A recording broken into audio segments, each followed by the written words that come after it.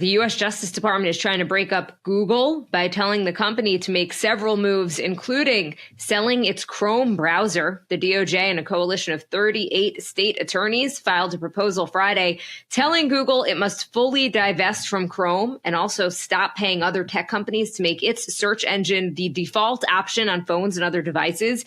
That follows a federal judge ruling last year that Google was guilty of monopolistic behaviors. The Justice Department is now making these recommendations for a judge to rule this summer on what Google needs to do next. The Trump administration filing calls Google an economic Goliath and accuses it of denying users the basic American value of, quote, the ability to choose in the marketplace. Another demand from the filing is that Google hand over years of data they earned from dominating the market to search engines like Bing and DuckDuckGo that have suffered from their monopoly. Yeah, so the judge found last year that Google, in dominating 90% of the search market, has made competition effectively impossible. That wasn't solely due to Google being great, but Google basically rigging the system.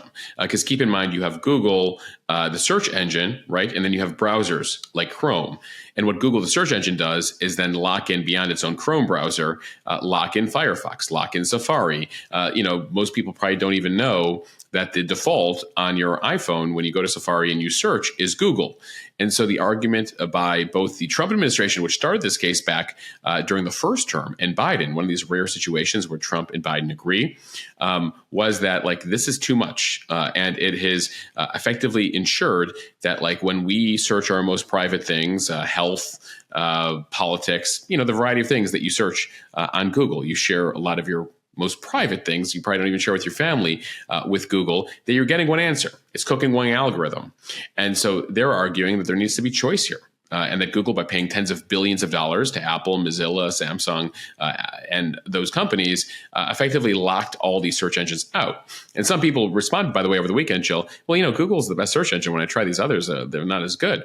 Well, they're not as good because there's not enough people using them. Search engines get good by use, and the fact that these search engines just couldn't break through to the market because Google locked things up was part of the problem. And that's why you have part of the remedy here being that Google has to share their data that they've gleaned over the last few years with the competitors. Now, Google, of course, pushes back, saying they did nothing illegal here, that they've been totally fair, that the reason they have 90% of the market is because they're the best. And so we'll continue to see this fight unfold. But an interesting development there on Friday, and just given the fact that probably everyone who listens will search something online today, and most of you will use Google, we thought an interesting story that you should be tracking.